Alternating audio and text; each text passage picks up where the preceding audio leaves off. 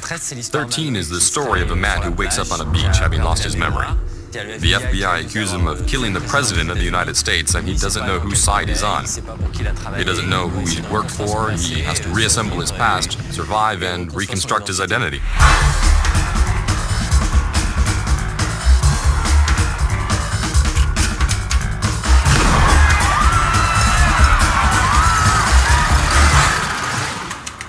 In fact, this was Ubi's first shooting game, so we had to buy in an outside engine, the Unreal Engine, which was used to make a lot of very well-known games. Once we had that in our hands, we worked on it for 2 years to add loads of tools to create an original graphic style. It was a dream come true. We were working on something that had never been done before.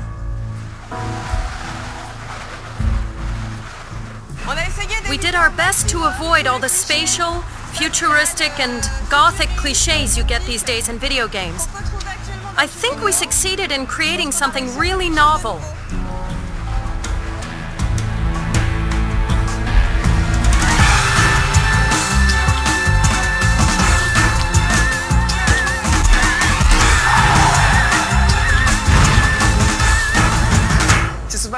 People often have this preconceived idea that the more drawn or cartoonish something looks, the easier it is to create. In fact, it's quite the opposite. We added the cartoon effect to the characters. It gives a comic strip 2D look to a 3D object.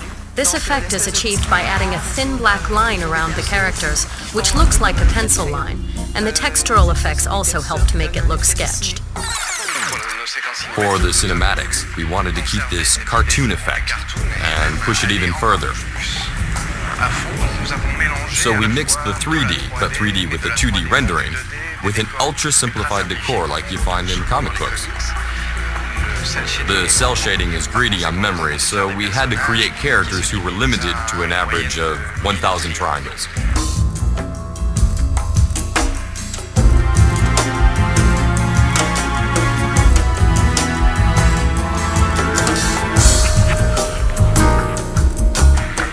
Since there are more than 60 characters, that meant quite a lot of work. It took up 1.5 years of my life. We drew a lot of our inspiration from architects working between the 1920s and 50s, and we tried to incorporate this influence in our decors.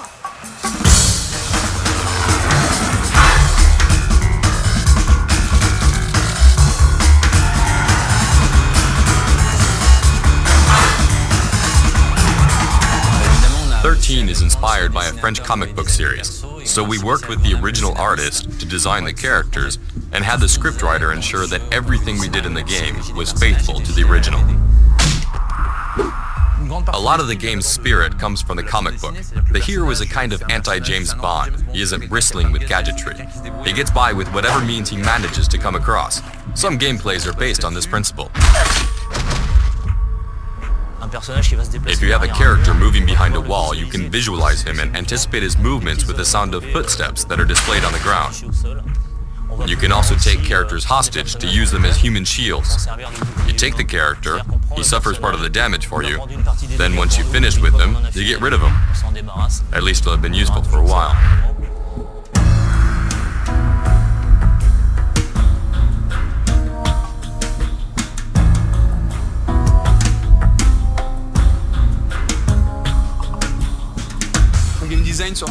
The XIII game design was influenced by the graphic universe and the use of pop-ups, which appear either to warn of imminent danger or to inform you that you can collect important items.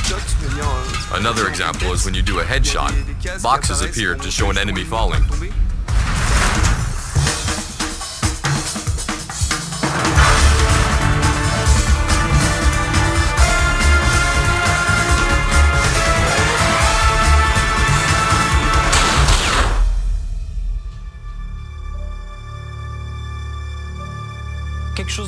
Something I'm particularly proud of is the interactive music, which really syncs with the action, following the gameplay. It's never linear. When you're on an infiltration mission, you walk and the music's calm, then the fighting starts and it really gets carried away.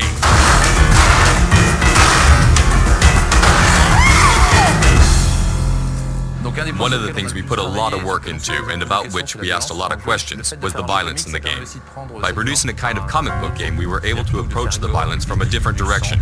Instead of gore and guts, blood and fracturing bones, which everyone's seen countless times, we tried to create little cartoon-style scenes with different special effects and vocal utterances. The deaths are a little more overdone, but in the end you don't take them too seriously. 13 looks like a great action game, but if you don't move around too much, it also looks like a comic book.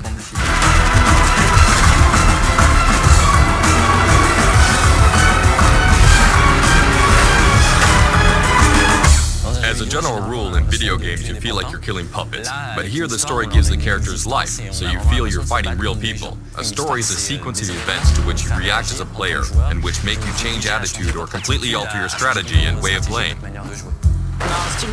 We use a very strong musical style which draws on the 1960s and 70s, with composers like Lalo Schifrin, for example. We mix all that up with more recent loop-style music, and the result is really fantastic. As far as the sound effects go, we were looking for something very realistic and powerful. We produced nearly 3,000 sound effects, in particular the sounds of some mighty powerful weapons. All in all, it's pretty good.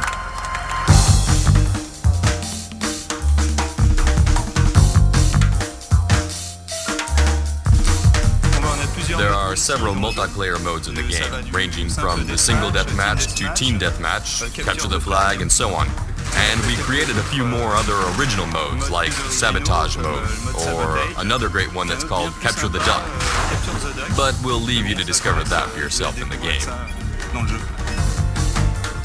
In the evenings, we mostly play with multiplayer modes. In our opinion, there's no better way of judging a multiplayer map than by trying it out yourself, so yes, we do play 13 a lot. In fact, it's the first thing I do when I get to work, after my shot of coffee.